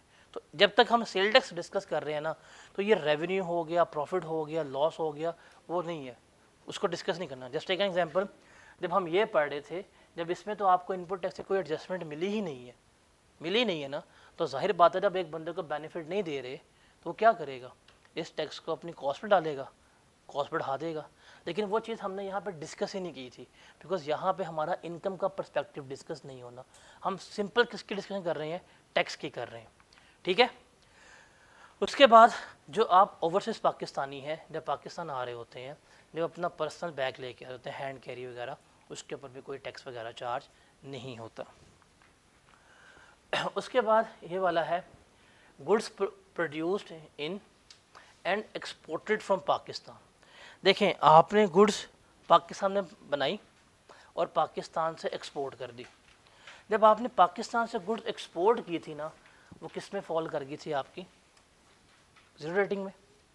लेकिन अगर आप उन गुड्स को 1 साल के अंदर अंदर वापस मंगवा लेते हैं, आपने गुड्स बनाई पाकिस्तान में, पाकिस्तान से गुड्स एक्सपोर्ट हो गई, लेकिन 1 साल के अंदर अंदर वो क्या हो गई हैं, गुड्स वापस आ गई हैं। सेल्स रिटर्न हो सकती है, डिफेक्टिव गुड्स हो सकते हैं, कोई मसला होता है। अगर वो exported good with in 1 year वापस आ जाएगी तो हम इस किस में ले जाएंगे, हम उसको एग्जाम्प्ट में ले जाएंगे। तो जो उसने इनपुट टैक्स का हमसे रिफ़ंड मांगा होगा, हम क्या कर देंगे, कैंसिल कर देंगे, भाई आपको कोई रिफ़ंड शिफंड इसका नहीं मिलना। तो कोई भी एक्सपोर्ट आप कर रहे हैं अगर वो विद इन अ ईयर वापस आ गई है तो उसके ऊपर हम कोई किसी किस्म का इनपुट टैक्स चार्ज नहीं करेंगे, वो क्या हो जाएगी, एग्जेम्प्ट हो जाएगी। ठीक है। उसके बाद है ये वाला पॉइंट हाईलाइट करना, ये न्यूमेरिकल में आया होगा कि जो हमारा एक्सपोर्ट प्रोसेसिंग जोन है, गवर्नमेंट ने क्या किया हुआ है, गवर्नमेंट ने ना जोन्स बनाए हुए हैं कि जी ये एक जोन है, जैसे ग्वादर है, गुजरांवाला का जोन है, एक सियालकोट का जोन है, कि यहाँ पे आप आएँ, यहाँ पे मशीनरी लगाएं, यहाँ फैक्ट्रियाँ लगाएं, यहाँ से एक्सपोर्ट करें। उन रीजन्स को तरक्की देने के लिए ना गवर्नमेंट एक जोन डिक्लेयर कर देती है ताकि इन्वेस्टर वहाँ पे आए, वहाँ फैक्ट्रियाँ लगे। तो अब गवर्नमेंट अगर कोई एक्सपोर्ट प्रोसेसिंग जोन बनाए, जैसे ग्वादर, ग्वादर हमारा क्या है, एक्सपोर्ट प्रोसेसिंग जोन है। अब वहाँ पे आपने कोई फैक्ट्री बनानी है, ठीक है। अब आप वहाँ की फैक्ट्री के लिए कोई मशीनरी इंपोर्ट कर रहे हैं, कोई मटेरियल वगैरह इंपोर्ट कर रहे हैं, उसके ऊपर कोई टैक्स नहीं है, आपको टैक्स माफ एग्जेम्प्ट है। अब वही फैक्ट्री लाहौर में लग रही है, लाहौर की फैक्ट्री के लिए अगर आपने कोई मशीनरी इंपोर्ट की होगी उसके ऊपर क्या किया जाएगा, टैक्स पे किया जाएगा। लेकिन अगर वो फैक्ट्री कहाँ पे है, एक्सपोर्ट प्रोसेसिंग जोन में है, उसके लिए अगर आपने कोई मशीनरी वगैरह इंपोर्ट की है उसके ऊपर कोई किसी किस्म का टैक्स चार्ज नहीं होगा। ठीक है। ये वाला पॉइंट न्यूमेरिकल में आता है। वो सिंपल कह देगा कि जी आपने दो मशीनें इंपोर्ट की हैं, एक मशीन इस्तेमाल करनी है आपने लाहौर की फैक्ट्री में, दूसरी इस्तेमाल करनी है मशीन आपने किसी ईपीजी में। अब जो लाहौर की फैक्ट्री वाली मशीन होगी, जब आपने वो इंपोर्ट की होगी उसके ऊपर इनपुट टैक्स चार्ज होगा। लेकिन जो ईपीजी के लिए आपने मशीन मंगवाई होगी उसके ऊपर कोई किसी किस्म का इनपुट टैक्स जो है वो चार्ज नहीं होगा। Got it. उसके बाद है वो तमाम गुड्स जो आपने इंपोर्ट की हैं टेम्परेरी तौर के ऊपर और बाद में आपने एक्सपोर्ट कर देनी है, अभी मंगवाई हैं, ब्रांडिंग चेंज करेंगे फिर बाहर भेज देंगे, तो ये भी क्या कंसिडर होती हैं, एग्जेम्प्ट होती हैं। उसके बाद ये वाला पॉइंट भी याद रखिएगा, ये वाला पॉइंट, जो फ्री रिप्लेसमेंट ऑफ गुड्स होती हैं अंडर वारंटी, जो फ्री रिप्लेसमेंट ऑफ गुड्स होती हैं अंडर वारंटी, उनके ऊपर कभी भी सेल्स टैक्स चार्ज नहीं होता। आप एसी लेके आते हैं, आपको वारंटी मिलती है 5 साल की, चलाया 1 साल में उसका जल गया कंप्रेसर, कंपनी कॉल करेंगे, वो आएंगे, आपको वारंटी के अंदर क्या कर देंगे, कंप्रेसर रिप्लेस कर देंगे, ऐसा ही होगा। अब जब उन्होंने वारंटी के अंदर वो रिप्लेसमेंट करके दी है, वो जो डिफेक्टिव गुड्स की, वो कभी भी आपसे उसका सेल्स टैक्स चार्ज नहीं करेंगे। क्यों? बिकॉज अंडर वारंटी जो रिप्लेसमेंट हो रही है उसके ऊपर सेल्स टैक्स चार्ज नहीं होता, वो क्या होती है, एग्जेम्प्ट होती है। अब गाड़ी लेके आए हैं शोरूम से, उसका इंजन फेल हो गया, अब वारंटी में थी, कंपनी के पास के, कंपनी इंजन चेंज कर दिया। अब इंजन महंगा आता है, 20-20 लाख का इंजन है, अब वो फ्री में रिप्लेसमेंट हुई है तो वो क्या होगी, उसके ऊपर कोई किसी किस्म का सेल्स टैक्स चार्ज नहीं होगा। अब वारंटी ख़त्म हो गई हुई है, आपके फिर गाड़ी का इंजन ख़राब हो गया, कंपनी के पास के, कंपनी ने आपको नया इंजन लगा के दे दिया, अब वो फ्री रिप्लेसमेंट में नहीं है, उन्होंने क्या किया, आपको नया इंजन लगा के दिया है, अब वो उसके ऊपर क्या कर रहे होंगे, सेल्स टैक्स चार्ज कर रहे होंगे। एसी लिया हुआ था, वारंटी ख़त्म हुई, जल गया कंप्रेसर, आपने कंपनी कॉल की, उन्होंने आके आपको कंप्रेसर लगा के दे दिया, अब फ्री में रिप्लेसमेंट नहीं हुआ, उन्होंने लगा के दिया है, अब उस पर क्या होगा, सेल्स टैक्स चार्ज होगा। तो remember, free replacement under warranty जो होगी ना, डिफेक्टिव गुड्स की, डिफेक्टिव पार्ट्स की, उसके ऊपर कोई किसी किस्म का सेल्स टैक्स चार्ज नहीं होता, वो क्या होती हैं, हमारी एग्जेम्प्ट होती हैं। ठीक है। उसके बाद है गुड्स इंपोर्टेड बाय और डोनेटेड टू गवर्नमेंट हॉस्पिटल्स। देखिए, जो सरकारी अस्पताल होते हैं ना, जो सरकारी अस्पताल होते हैं, गवर्नमेंट हॉस्पिटल्स, अगर आप उन्हें कोई चीज़ डोनेट वगैरह कर रहे हैं तो उसके ऊपर भी क्या होगा, किसी किस्म का सेल्स टैक्स वगैरह चार्ज नहीं होगा। ये पॉइंट नंबर है आपका, पॉइंट नंबर 5, यस। देखिए, बिजली के अलावा, बिजली और गैस के अलावा कोई भी गुड्स सरकारी अस्पताल को आप बेच दो, या सरकारी अस्पताल या इस तरह के प्राइवेट हॉस्पिटल्स हो गए या चैरिटेबल हॉस्पिटल्स हो गए जिनकी तादाद 50 बेड से ज़्यादा है, तो उनके ऊपर सेल्स टैक्स चार्ज नहीं होगा। अब फॉर एग्जांपल एक प्राइवेट हॉस्पिटल है, एक प्राइवेट लैब है, वो एक्सरे की मशीन इंपोर्ट करती है, सेल्स टैक्स चार्ज होगा। लेकिन अगर कोई गवर्नमेंट हॉस्पिटल इंपोर्ट करता है, वो कोई सेल्स टैक्स चार्ज नहीं करेंगे। आपकी कंपनी है, फॉर एग्ज़ाम्पल लाइट्स की, आप बल्ब बना के बेच रहे हैं, बल्ब बना के बेच रहे हैं, सेल्स टैक्स चार्ज करते हैं। आपसे रब्ता किया गवर्नमेंट ने, जी हमारा हॉस्पिटल है, यहाँ पे 5000 लाइटें लगा दो। अब वही लाइट जब मार्केट में बेच रहे हैं, मार्केट में सेल टैक्स ले रहे हैं लोगों से, लेकिन अगर आप गवर्नमेंट हॉस्पिटल को लगा के देंगे उनसे कोई सेल टैक्स चार्ज नहीं होगा।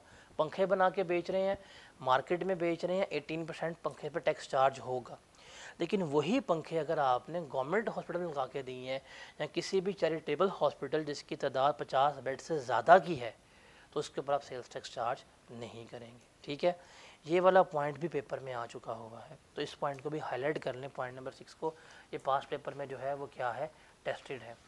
उसके अलावा ये प्रमोशनल एडवर्टाइजिंग मटीरियल वगैरह हो गया, जिसमें टेक्निकल लिटरेचर, पम्फलेट, ब्रोशर्स वगैरह जो है, ये जो फ्री ऑफ कॉस्ट दिए जाते हैं, इसके ऊपर भी सेल्स टैक्स चार्ज नहीं होगा। ये वाला पॉइंट जो है स्प्रिंग 2023 में आया हुआ है। ये वाला पॉइंट जो है स्प्रिंग नहीं, ऑटम 2023 में ये वाला पॉइंट आया न्यूमेरिकल के अंदर। रिमेंबर, आपने अक्सर सुना होगा गिव अवेज वगैरह होते हैं, फ्री में प्रमोशन कर रही होती हैं, कंपनीज दे रही होती हैं। इस पॉइंट में ना एक यहाँ पे बड़ी चीज़ हाईलाइट की हुई है, इसको भी हाईलाइट कर लीजिएगा कि वो तमाम गिव अवेज जिसकी कोई कमर्शियल वैल्यू नहीं है, कोई कमर्शियल वैल्यू नहीं है, और जो फ्री में दिए जा रहे हैं वो एग्जाम्प्ट है। फॉर एग्ज़ाम्पल हायर वाले हैं, ये कहते हैं जी हम गिव अवे करेंगे, ओके, चीज़ें बांट रहे हैं फ्री में, ठीक है, लेकिन इन्होंने ऐलान किया हम 100 एसी फ्री में बांट देंगे। अब जो एसी फ्री में बांट रहे हैं, क्या उसकी कोई कमर्शियल वैल्यू है ना? 1.5 लाख का एसी है, फ्री में दे रहे हैं। अगर यहाँ पे ये चीज़ फ्री में दे रहे हैं तो इसके ऊपर टैक्स चार्ज होगा। इस पॉइंट के ऊपर इस चीज़ को हाईलाइट कर लें, टैक्स कब चार्ज नहीं होगा, जब ये गिव अवेज वगैरह की कोई कमर्शियल वैल्यू नहीं है, पम्फलेट्स दे रहे हैं, ब्रोशर्स वगैरह दे रहे हैं इनकी। फॉर एग्जांपल अगर हायर वाले हैं, उन्होंने कहा ठीक है जो बंदा जीतेगा हम उसको डायरीज दे रहे हैं, इस तरह कुछ चीज़ें दे रहे हैं जिससे कोई कमर्शियल वैल्यू नहीं है, पम्फलेट्स बांट रहे हैं, ब्रोशर्स बांट रहे हैं, ये एग्जाम्प्ट है। वो अनाउंस करते हैं जी ये लकी ड्रॉ है, पार्टिसिपेट करें, जो जीतेगा उसको हम फ्रिज दे देंगे, एसी दे देंगे। भाई फ्रिज की भी वैल्यू है, एसी की भी वैल्यू है। अगर इस तरह के गिव अवेज हैं तो ये क्या होंगे, टैक्सेबल हो जाएंगे, ये एग्जाम्प्ट नहीं होंगे। जो जिनकी कोई कमर्शियल वैल्यू नहीं है वो क्या होंगे, एग्जाम्प्ट होंगे। ठीक है, जैसे फॉर एग्जांपल कल को SBI कहता है जी आप आएँ इन्फॉर्मेशन करें, हमको फ्री में बैग देंगे।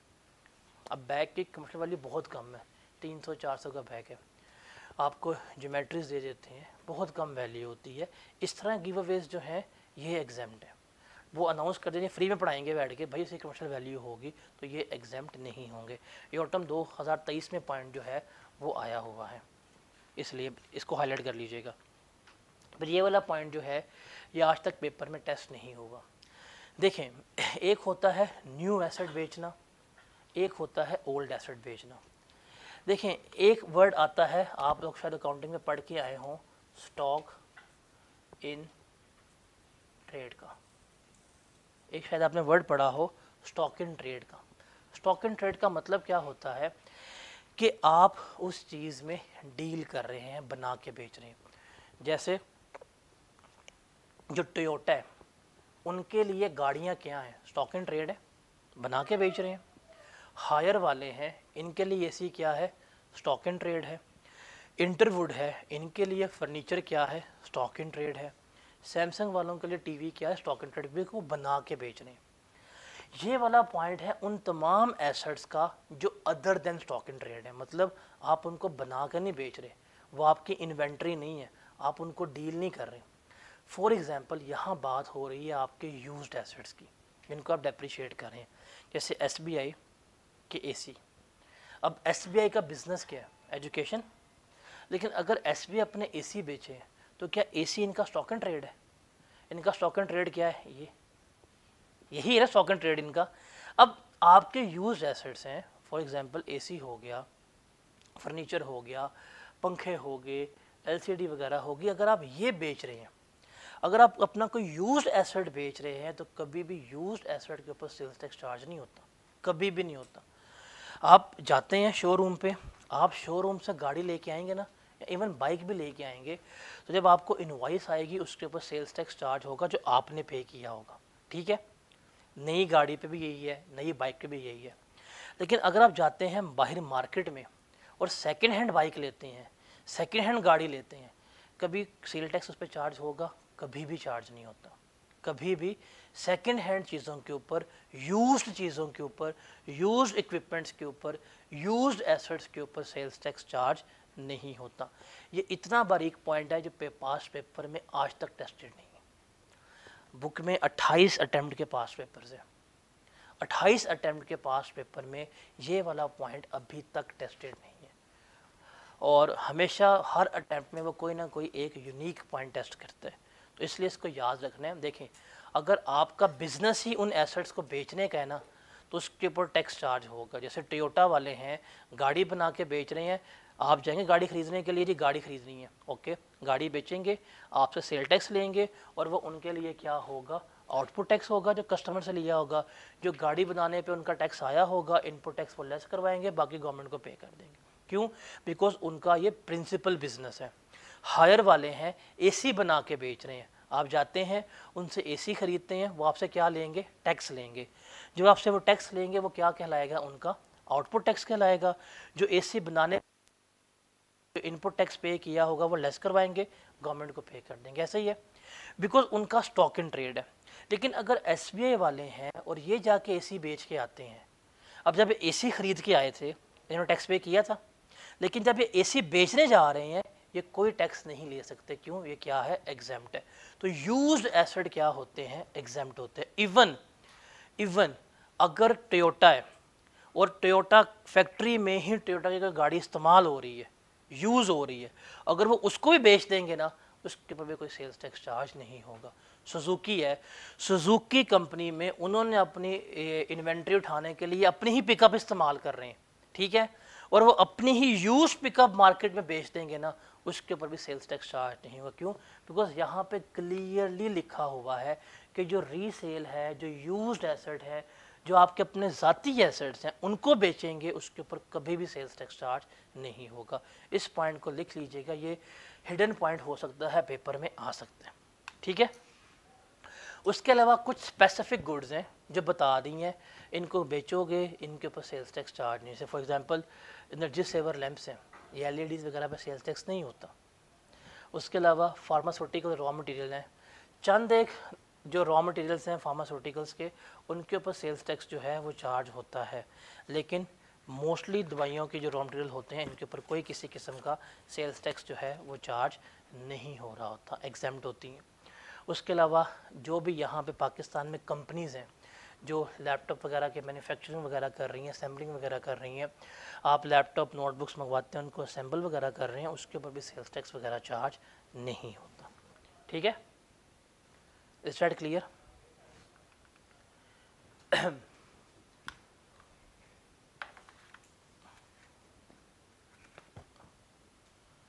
यहाँ तक कोई सवाल है तो मुझे बताएं, मुश्किल तो नहीं? प्रॉपर्टी सेल टैक्स में आती नहीं है। यहाँ पे हम हमेशा लेते हैं मूवेबल एसेट्स। सेल्स टैक्स की पूरी कहानी है मूवेबल एसेट्स के इर्द गिर्द, प्रॉपर्टी इसलिए उस पर नहीं आती। डन हुआ? समझ लगी कि एग्जेम्प्ट गुड्स कौन सी हैं।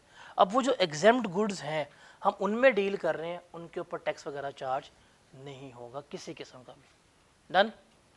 उसके बाद हमारे पास सेकंड एरिया जो आता है वो था टैक्सेबल गुड्स का। और टैक्सेबल गुड्स में हमने देखा था कि हम इसको डिवाइड करेंगे नॉर्मल में, जिसमें 18% टैक्स चार्ज होता है, हम इसको देखेंगे ज़ीरो रेटेड में, हम इसको देखेंगे 8 स्केड्यूल जो रिड्यूस रेट होता है, कुछ होगा 9 स्केड्यूल जो फिक्स टैक्स है, कुछ होगा हमारे पास कैपेसिटी टैक्स। अब ये तीन चीज़ें ना 8 स्केड्यूल, 9 स्केड्यूल और कैपेसिटी टैक्स, ये सिर्फ पढ़ने की हद तक है, पेपर में नहीं आनी। पेपर में सिर्फ ये आना है और ये आना है, और जो एग्जेम्प्ट पढ़ लिया वो आना है। अब वो जो एग्जेम्प्ट की हमने लिस्ट पढ़ी है ना, उस लिस्ट में से जो मैंने आपको पॉइंट हाईलाइट करवाए हैं वो न्यूमेरिकली इंपॉर्टेंट है, और उसमें से कोई सी 3 से 4 बातें याद कर लो रैंडमली, अदरवाइज उसको क्रैम करने की भी नीड नहीं है। जो पॉइंट हाईलाइट करवाए थे वो एग्जाम पॉइंट ऑफ व्यू से इंपॉर्टेंट है, बिकॉज वो न्यूमेरिकल में एडजस्टमेंट आती है। आपने वो एडजस्टमेंट ना पढ़ के फैसला करना है कि इसके ऊपर टैक्स है या नहीं है, ठीक है। फॉर एग्जांपल वो कहता है जी आपने शुगर केन जो है वो बाय की है। हमें पता है कि अगर हमने कोई एग्रीकल्चर प्रोड्यूस बाय किया जिसमें कोई रॉ मटेरियल, जिसमें कोई भी मैन्युफैक्चरिंग, कोई भी प्रोसेस नहीं हुआ, वो एग्जाम्प्ट है, हमें पता है जी इस भी एग्जाम्प्ट है। वो कहता है जी आपने शुगर सिरप बाय की है। अब कैसे बना शुगर सिरप? गन्ना आया होगा, उससे चीनी बनी होगी, फिर सिरप, अब उस पर प्रोसेस हुआ है, तो वो क्या होगा? टैक्सेबल। तो हमने वो लाइन पढ़ के लगाना था कि वो टैक्सेबल है या एग्जाम्प्ट है। ठीक है, उसको क्रैम करने की, रट्टा मारने की ज़रूरत नहीं है। डन। अब चलते हैं अब आगे, और आगे हमारे पास आएगा कौन सा स्केड्यूल? ज़ीरो रेटेड स्केड्यूल जो है वो आएगा, और ये हमारे पास बड़ा इंपॉर्टेंट है। इस पर हम सारी बात करेंगे रिफंड्स की। इसके लिए आपने आना है पेज नंबर 467 के ऊपर। किसके ऊपर आना है? पेज नंबर 467 के ऊपर, कि रिफंड्स क्या होते हैं उसके ऊपर देखना है। देखें, एक ना असूल लिख लीजिएगा, टैक्स में एक असूल है, एक प्रिंसिपल रूल है। वो क्या है कि जो आपकी एक्सपोर्ट्स है ना, exports are always zero rated. Exports क्या होती हैं आपकी? हमेशा ज़ीरो रेटेड। क्यों? बिकॉज हुकूमत तो प्रमोट कर रही है, हुकूमत चाहती है कि लोग मैक्सिमम क्या करें, चीज़ों को पाकिस्तान से बाहर भेजें, बेनिफिट है। तो असूल क्या है कि पाकिस्तान में जितनी भी एक्सपोर्ट्स हैं वो क्या होंगी? हमारी ज़ीरो रेटेड होंगे। हम एक्सपोर्ट करेंगे, टैक्स किसके ऊपर चार्ज होगा? 0% के ऊपर चार्ज होगा। जैसे फॉर एग्जांपल कुरान पाक आप बनाते हैं, पब्लिश करते हैं, और उसको पाकिस्तान में लोकली बेच रहे हैं, एग्जाम्प्ट है। वही कुरान पाक आपने बनाया और आपने एक्सपोर्ट कर दिया, वो क्या हो जाएगा? ज़ीरो रेटेड हो जाएगा। ठीक है, अब ये है हमारे पास ज़ीरो रेटेड। इसका असूल क्या है कि जितनी भी एक्सपोर्ट्स हैं वो हमारी क्या होती हैं? ज़ीरो रेटेड होती हैं। इसके अलावा कुछ ऐसी गुड्स हैं जो उसने हमें कहाँ मेंशन की गई हैं? 5th स्केड्यूल में मेंशन की गई हैं कि एक्सपोर्ट्स के अलावा भी कुछ गुड्स हैं जो ज़ीरो रेटेड होती हैं। लेकिन नॉर्मली क्या है? All the exports are zero rated. और what is the biggest advantage of zero rated? कि जो हमारे पास ज़ीरो रेटेड गुड्स होंगी उसके कॉरस्पॉन्डिंगली जितना भी इनपुट टैक्स होगा वो सारे का सारा हमें क्या होगा? रिफंड होगा। क्या है? रिफंड होगा। एग्जाम्प्ट केस में क्या होता है? इनपुट टैक्स हमारा वेस्ट हो जाता है, ना रिफंड होता है ना एडजस्ट होता है। इसका सबसे बड़ा बेनिफिट क्या है? इसका सबसे बड़ा बेनिफिट है कि हमारा जितना भी इनपुट टैक्स होगा वो सारे का सारा क्या हो जाएगा? रिफंड हो जाएगा। ठीक है, असूल क्या है हमारा? All exports are zero rated. ठीक है, इज दैट क्लियर? अब यहाँ पे ये एक पास्ट पेपर का सवाल है, और ये पास्ट पेपर का मोस्ट फ्रिक्वेंटली आस्क्ड क्वेश्चन है। पास्ट पेपर में कोई ये 3 से 4 दफ़ा, नहीं ज़्यादा दफ़ा आ चुका सवाल कि एक्सपोर्ट्स जो हैं हमारी क्या है? ज़ीरो रेटेड है। हमारा नॉर्मल रूल भी क्या है? एक्सपोर्ट्स हमारी क्या होती हैं? ज़ीरो रेटेड होती हैं। हमने इस रूल की एक्सेप्शंस बतानी है, कि बताना है कि वो कौन से ऐसे सिनेरियोज़ हैं जिसमें हम एक्सपोर्ट तो कर रहे हैं लेकिन उस एक्सपोर्ट पे 0% टैक्स चार्ज नहीं हो रहा, बल्कि क्या हो रहा है? 18% टैक्स चार्ज हो रहा है। ठीक है, इसमें 3 बातें जो हैं वो क्या रखनी है? आपने याद रखनी है। 3 बातें हैं, ये 3 बातों को मिनिमलिस्टिक इतना ही लिख लो, आपको पूरे 5 नंबर मिल जाएंगे। आपको शायद याद हो कल जब हम स्टैट डिस्कस कर रहे थे तो स्प्रिंग 18 का एक क्वेश्चन था जिसमें 2 पार्ट्स आए थे, जिसके 25% पासिंग मार्क्स थे, जो बिल्कुल नीचे लिखा हुआ था, उसमें ये शामिल था, और मेरे ख्याल से यहाँ पर मेंशन नहीं है। ये सवाल था, देखें पहली क्या है? Goods held for export but not exported, लिखा हुआ है नोट्स के ऊपर। मतलब वो चीज़ें जो आपने एक्सपोर्ट के लिए रखनी है लेकिन एक्सपोर्ट नहीं की। जब खुद बताएं, जब आपने कोई चीज़ एक्सपोर्ट की ही नहीं है तो उसमें आएगी? नहीं आएगी। उसके अलावा गुड्स एक्सपोर्ट बट री इम्पोर्टेड, कि आपने गुड्स पाकिस्तान से एक्सपोर्ट कर दी थी, एक्सपोर्ट की, रिफंड लिया, साथ ही वापस बुला लिया, भाई क्या कर रहे हो? ये चोरी कर रहे हो। अगर कोई भी गुड्स आपने एक्सपोर्ट की है, यहाँ से बेची है और वापस आ गई है, तो वो भी ज़ीरो रेटिंग में फॉल नहीं करेगी। फिर तीसरा इसने हमें नोटिफाई कर दिया कुछ स्पेसिफिक कंट्री को, मतलब अगर हम कर रहे हैं exports, goods exported to Iran, Afghanistan और चाइना,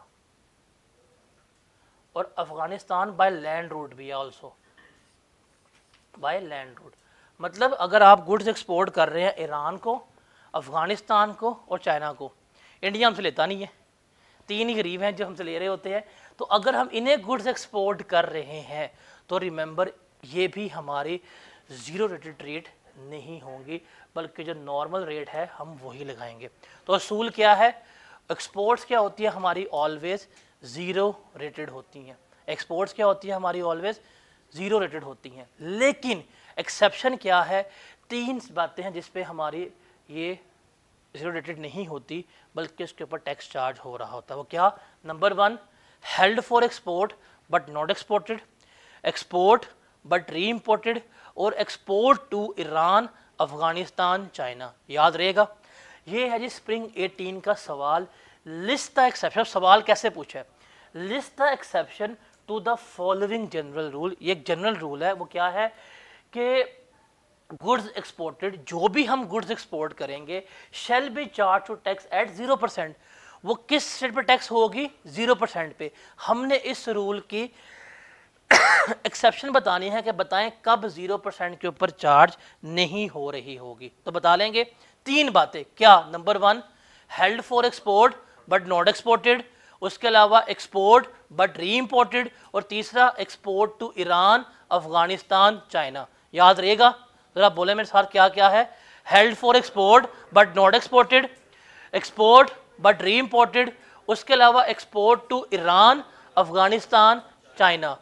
इन सिनेरियोज में एक्सपोर्ट तो है बट वो फिर 0% के ऊपर चार्ज नहीं हो रही होगी। ये सवाल है, और ये एक स्पेसिफिक क्वेश्चन 3 नंबर का आपको पास्ट पेपर में रिपीटेडली पूछा हुआ है, उसने रिसेंट भी पूछा है उसने अभी 2 अटेम्प्ट पहले। तो ये one of the famous question है, याद रहेगा, भूलेगा तो नहीं। तो क्या है बताएं जरा, export, held for export but not exported, दूसरा एक्सपोर्ट बट री इम्पोर्ट हो गई है, और एक्सपोर्ट टू ईरान, अफगानिस्तान और चाइना। ये 3 बातें हैं, 3 लाइनें हैं। कोई आपने पैराग्राफ नहीं लिखना, कोई आपने कहानी नहीं बतानी इसको, सिंपल ये 3 लाइनें। जितना मैंने इस वक्त बोर्ड पे लिखा हुआ है ना, अगर आप इतना भी लिखाते हैं तो अगर 3 नंबर है आपको 2.5 नंबर दे देगा। वो क्या है, देखें पेपर मुश्किल नहीं है, अटेम्प्ट करना सीखना है। उसने जो पूछा है उसको हमने टू द पॉइंट बताना होता है, टू द पॉइंट बताएं, मार्क्स मिलेंगे। रूल क्या है भाई, सिंपल सवाल है, रूल है एक्सपोर्ट करेंगे 0% होती है, उसकी बताओ एक्सेप्शन। 3 बातें हैं, यही लिखा हो, export, held for export but not exported, exported but reimported, और export to Iran, China, Afghanistan. ये 3 बातें लिखा होगा, आपको पूरे के पूरे मार्क्स जो हैं वो मिल रहे होंगे। गॉट इट, क्लियर है। उसके बाद हमारे पास जो 5th स्केड्यूल है, मतलब एक्सपोर्ट्स के अलावा भी कुछ चीज़ें हैं जो हमारी इसमें फॉल कर रही होती हैं। वो कौन कौन सी हैं, जैसे अब देखिए मैंने कहा वो पॉइंट हाईलाइट करना है, वो था goods import by diplomat, diplomatic mission and privilege person, कि वो लोग खुद गुड इंपोर्ट कर रहे थे तो वो क्या थी, एग्जेम्प्ट थी। यहाँ क्या लिखा हुआ है, वर्ड सप्लाई, मतलब यहाँ पे डिप्लोमेट बैठे हुए हैं, हम उन्हें सामान बेच रहे हैं। मेरा बिजनेस पाकिस्तान में है, मैं सामान लोकल बेच रहा हूँ, राब्ता किया किसी डिप्लोमेट ने, मैंने उसको सामान बेच दिया। अगर मैं किसी डिप्लोमेट को, डिप्लोमेटिक मिशन को या प्रिविलेज पर्सन को सप्लाई करूँगा गुड्स की, तो किसके ऊपर चार्ज होंगे, वो 0%। मतलब अगर मैं आपको बेचूंगा, आपसे टैक्स कितना लूंगा, 18%। अगर मैं इनसे लूंगा तो कितना लूंगा, 0% टैक्स ले रहा हूँ। समझ लगी। तो अगर ये इंपोर्ट हो तो क्या है, एग्जेम्प्ट है। अगर इनको सप्लाई की जाए तो क्या होगी, ये 0% में फॉल कर रही होगी। ठीक है, अब यही पॉइंट वहां ऐड कराया था, वो था गुड्स इंपोर्ट फॉर ईपीजी। ये था क्या, गुड्स इंपोर्ट फॉर ईपीजी। ये वाला पॉइंट स्प्रिंग 2023 के न्यूमेरिकल में टेस्टेड है कॉन्फिडेंस इंजीनियरिंग वाले में। क्या कि ईपीजी में कोई फैक्ट्री है, उसको मैं रॉ मटेरियल या मैं उसको मैंने कोई चीज़ें प्रोवाइड कर रहा हूँ ताकि वो बना के बेच ले, तो वो भी क्या होगी, जीरो रेटेड शुमार हो रही होगी। डन। अब ये दोनों पॉइंट आपस में कितने रिलेटेड हैं, अगर आप इससे कंपेयर करें ज़रा नोट्स पे जाके कि अब वहाँ पे अगर इंपोर्ट हो रही है तो एग्जेम्प्ट है, लेकिन अगर इनको लोकली सप्लाई की जा रही है तो किसका पार्ट बन रही है, जीरो रेटेड का पार्ट जो है वो बन रही होती है। उसके अलावा जो लोकली प्रोड्यूस प्लांट और मशीनरी है, अगर हम ये एपीसी में बेच रहे हैं तो ये क्या होती है, हमारी जीरो रेटेड जो है वो ट्रीट हो रही होती है। डन। तो ये तीनों पॉइंट अभी हम पढ़ के आए हैं 6 स्केड्यूल में। वहां पे वर्ड इस्तेमाल हुआ था इंपोर्ट का, यहां पे वर्ड किसका इस्तेमाल हो रहा है, सप्लाई का। सप्लाई का मतलब क्या है कि मैं बना के इनको दे रहा हूं, मैं बना के अगर आप लोगों को बेचूंगा मैं टैक्स लूंगा आपसे 18%, अगर मैं इनको दे रहा हूं तो टैक्स कितना लूंगा मैं, 0%। तो ये 3 पॉइंट इंपॉर्टेंट है। देखें पेपर में वो क्या करेगा, एक नुक्ते का इस्तेमाल करेगा, है ना, एक नुक्ते ने महरम से मुजरिम बना दिया, आई कैप ने यही करना है, इंपोर्ट का वर्ड इस्तेमाल कर देगा तो क्या होगा, एग्जेम्प्ट। सप्लाई का वर्ड इस्तेमाल कर देगा तो क्या हो जाएगा, जीरो रेटेड। और ये सवाल आ चुका हुआ है एग्जामिनर कमेंट्स में, बताऊंगा जाके कि इट वाज द मोस्ट, क्या कहते हैं, जो डिस्टर्बिंग पॉइंट था बच्चों के लिए वो यही था कि उनको समझ ही नहीं आई कि ये भी हमारी क्या होगी, जीरो रेटेड शामिल होगी। तो कॉन्फिडेंस, साहब बेशक रेफरेंस लिख लें न्यूमेरिकल का, कॉन्फिडेंस इंजीनियरिंग है न्यूमेरिकल का नाम, जहां पर ये पॉइंट टेस्ट हो चुके हैं, ठीक है। और ये डिफिकल्ट पॉइंट समझे गए थे, मोस्ट कॉमन मिस्टेक्स इसमें हुई हैं। क्लियर हुआ। तो इंपोर्ट एग्जेम्प्ट है, सप्लाई करेंगे तो क्या होगी, जीरो रेटेड। उसके अलावा ये है सिर्फ ग्वादर के लिए कि अगर ग्वादर से कोई चीज़ इंपोर्ट कर रहे हो या ग्वादर में कोई चीज़ सप्लाई कर रहे हो मैन्युफैक्चरिंग वगैरह के लिए, तो वो भी किस में होगी, हमारी जीरो रेटेड ही शामिल होगी। उसके अलावा जो ड्यूटी फ्री शॉप्स होती हैं जो एयरपोर्ट्स पे बनी होती हैं, अगर आप उन्हें कोई चीज़ बेच रहे हो तो वो भी क्या होंगी, हमारी जीरो रेटेड जो है वो शुमार होंगी। फिर ये वाला पॉइंट है supply of stores and provisions for consumption aboard conveyance proceeding outside Pakistan. 2016 में ये पॉइंट न्यूमेरिकल में आया है, उसके बाद ये पॉइंट नहीं आया। इसका मतलब क्या है कि अगर कोई फ्लाइट पाकिस्तान से बाहर जा रही है या कोई जहाज़, बहरी जहाज़ पाकिस्तान से बाहर जा रहा है, आप उस जहाज़ के ऊपर, उस फ्लाइट के ऊपर कंजम्पशन के लिए कोई सामान प्रोवाइड कर रहे हैं तो वो भी क्या होगा, ज़ीरो रेटेड शुमार होगा। इसकी एग्जांपल देता हूँ, अनहार का नाम सुना होगा आपने, अनहार के मिल्क प्रोडक्ट्स हैं। अब अनहार का जाएं आप उनकी योगर्ट बाय करेंगे तो उसके ऊपर आप टैक्स पे करेंगे। अनहार वाले दुकानों पे सामान बेच रहे हैं, टैक्स पे होगा 18%। लेकिन अब अनहार वाले जो हैं वो एयर ब्लू की फ़्लाइट में भी ये प्रोवाइड करते हैं। अब वो फ़्लाइट अगर एयर ब्लू की है, वो लाहौर से उड़ी है, इस्लामाबाद जा रही है, तो वो तो बाहर नहीं गई। लेकिन अगर वही फ्लाइट उड़ी है लाहौर से और जा रही है दुबई में, तो अगर वहाँ पे उन्होंने कोई चीज़ सप्लाई की है तो क्या टैक्स चार्ज होगा, 0% टैक्स जो है वो चार्ज हो रहा होगा।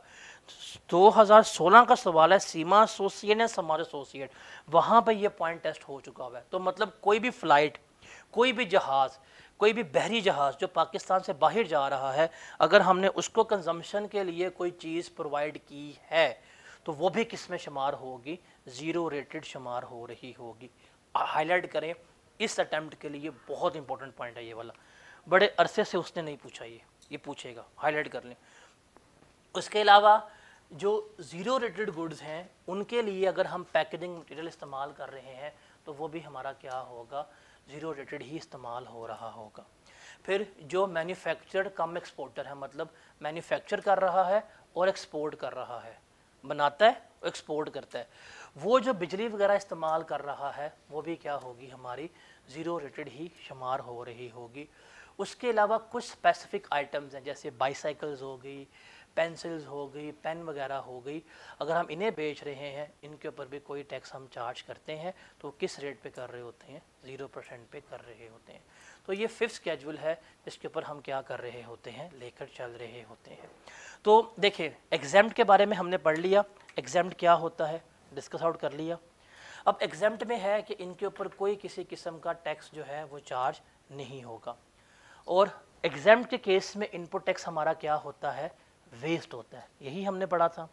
और जो हमारे पास है ज़ीरो रेटेड, उसमें क्या होगा, जितना भी इनपुट टैक्स होगा वो हमारा रिफंड होगा। और अब उसमें क्या कुछ आएगा, उसमें कौन कौन सी चीज़ें आएंगी, वो सारा कुछ जो है वो हमने यहाँ पे देख लिया कि जो भी एक्सपोर्ट्स होंगी वो हमारी क्या होती हैं, ज़ीरो रेटेड होती हैं, हमने ये देखा। और एक्सपोर्ट्स के अलावा हमने पूरा स्केड्यूल पढ़ लिया कि अगर ये आइटम्स भी हैं तो वो क्या होंगी, ज़ीरो रेटेड शुमार होंगी। अब आई कैब यही कर रहा है, उसे पता है बच्चों ने रट्टा मारा होता है exports are always zero rated. अब वो क्या कर रहा है, जो अभी हमने लिस्ट नहीं पढ़ी इसमें से एक आधा पॉइंट मेडिकल में डालते हैं और वो होता क्या है, हमारा ज़ीरो रेटेड होता है। तो जो मैंने आपको पॉइंट हाईलाइट करवाए हैं वो 3 से 4 पॉइंट इस लिस्ट में, वो आपको बस याद होने चाहिए। बाकी लिस्ट रीड कर लें, रीड ओनली। इसमें अभी तक क्रैमिंग वाला कोई एरिया नहीं आया, मतलब 6 स्केड्यूल एग्जाम्प्ट वाला और 5th स्केड्यूल ये वाला, इसमें कॉमन 4 पॉइंट है, उनको देख लें कि कब एग्जाम्प्ट होगा और कब हमारा होगा ज़ीरो रेटेड। ठीक है, यहाँ तक रखते हैं। कल फिर हम यहाँ से ऑनवर्ड चलेंगे और कल हम देखेंगे रिफ़ंड का प्रोसेस है क्या, किस तरह से रिफ़ंड होगा उसको देखेंगे। फिर कल नॉर्मल गुड्स और थोड़ी बहुत डेफिनेशंस को भी हम कल डिस्कस आउट कर रहे होंगे। यहाँ तक आसान है, कोई चीज़ मुश्किल नहीं लगी। तो आपने सिंपल क्या करना है, 2 स्केड्यूल्स जो हैं, ये मतलब जो सेकंड पेज वाले जो चैप्टर नंबर 22 में मेरे ख्याल से ये, हाँ, इसमें ये स्केड्यूल्स जो है बस रीड करके आने हैं और जो हाईलाइट करवाए हुए हैं उन हाईलाइटेड पॉइंट्स को बस पढ़ लीजिएगा। इसके अलावा कुछ भी आपको एक्स्ट्रा करने की ज़रूरत नहीं है।